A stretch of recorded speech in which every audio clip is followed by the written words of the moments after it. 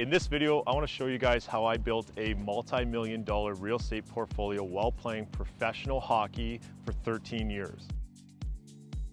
You might be wondering why I'm in Ottawa. Well, like all hockey players, I traveled a lot and I always needed a place to call home. Instead of finding a place to rent every time that was fully furnished, move-in ready, I decided to buy these properties and make them fully furnished so it was somewhere where I could live. Now, there were some steps that I did go through, and this is what this video is about. I want to show you guys how I did it so you can do it too. One of the keys when looking for investment properties, probably the most important key, is location. Since I was going to be in Ottawa, I figured why not be as close to Parliament as possible. This location worked really well for me as it's somewhere where I wanted to live, but also gave me good accessibility to the things I needed in the summertime. When I was away for the off season, being close to government buildings and Parliament made it really easy to rent these properties out when I was away. Now, this is not something I only did in the city of Ottawa. I did the same thing in Toronto, where I used the CN Tower as my reference point. Toronto's very vast. You can use multiple areas in the city. The key is to find a location that works for you, but also can generate great income when you're away during hockey season. So what kind of amenities around the property you're looking at? If you are looking to rent it out when you're gone, is it close to transit? Do you have schools nearby? What kind of employment options are around the area? In this case, in Ottawa, we have the beautiful market right here, steps to these condos. There's lots of stuff around. That's why these places work so well.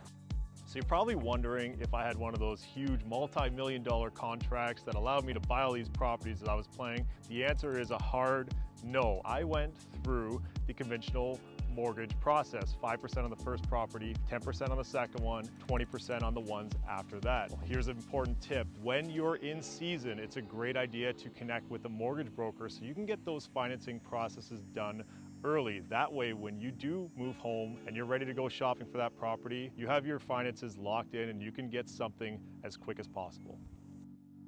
So one thing that goes hand in hand with looking at financing options is finding a realtor in your market that's going to help you navigate and find the property that fits your needs. So when you are looking for a realtor, a couple things to think about is, one, do they know the area that you're looking for? And number two, are they going to be able to help you lease it out on the back end? So it's kind of like a twofold process. The other thing is that you might not be local to where you are looking to purchase a property. So you need someone who is pretty technologically savvy, because remember, if you're not in that city when you're looking for a place to purchase, you need someone to take you on virtual tours, someone to be able to film video for you and get you all the details that you need online.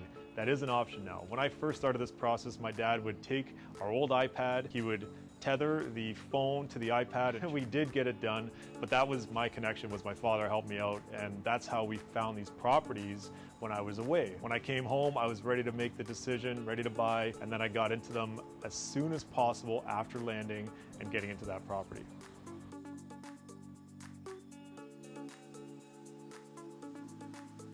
So welcome to one of my own personal units, and I thought I'd just bring you guys right in here so I can show you some of the stuff that I would do to set these properties up for tenants. Don't forget, I'm also setting them up for myself to live in them while I'm here in Ottawa or in Toronto, wherever my off season takes me.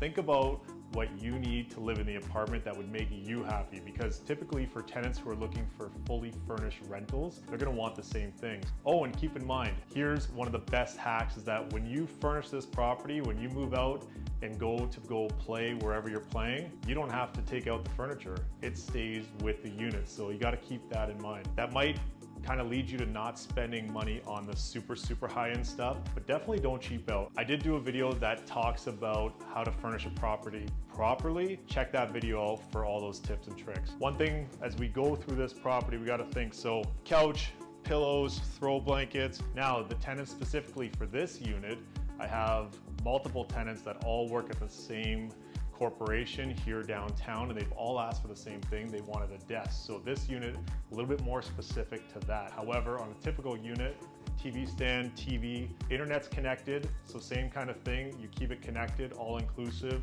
bump up the price a little bit, and then they can just move in, drop their bags. Remember, You're also setting up this property for when you come home. So next year when you fly in, all you gotta do is drop your bags and you're ready to go. A couple other things to think about is things like dinnerware and cookware. I usually go settings for 8. You wanna think about all the cutlery, coffee machines, little details. If there are some things that you would prefer to keep for yourself, create a bin, have a set that you have for yourself when you move back home for the summertime, and then have something else for your tenants. So when they come in, they're not always using the same stuff you are. The furniture you're gonna leave as is, but for the plates and stuff, you can switch that out if you like. So a couple other things that we do want to think about is linens, photos. Get that stuff up here, make the place feel like a home, just like it would for you. So to recap everything again, we talked about location, location, location. That is so important. Where do you need to live and what would work as a great rental for you?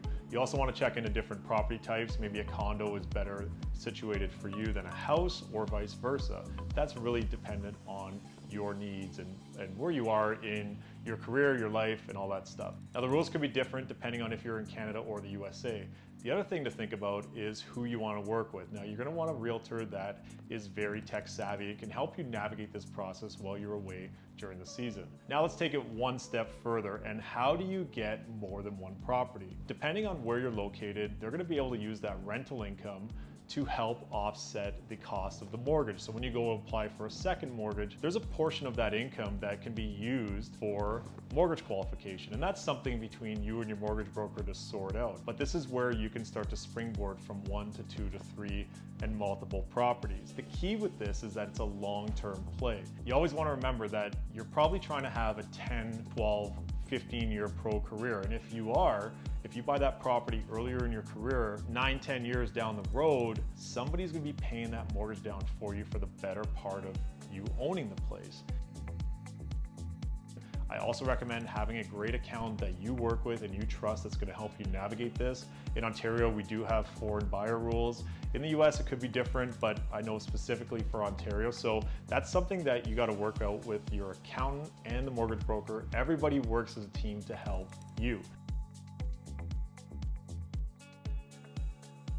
So that's the plan, and once you execute that plan a few times over the course of your career, when retirement time comes, you're gonna have a few properties accumulated that you're gonna be able to make decisions with. And whether you keep them, whether you move into one full-time or sell a couple and then make your next play, that's totally up to you. So I hope you found that information valuable and it'll help you in your real estate goals as a professional athlete. I'm Michael Ouzas. I'm a realtor in the Greater Toronto Area. I would love to hear your comments down below on if this is something for you. If you have any questions whatsoever, don't be shy to reach out. I'm here to help. As always, hit that like and subscribe button and follow me on all social media at Michael Ouzas Real Estate.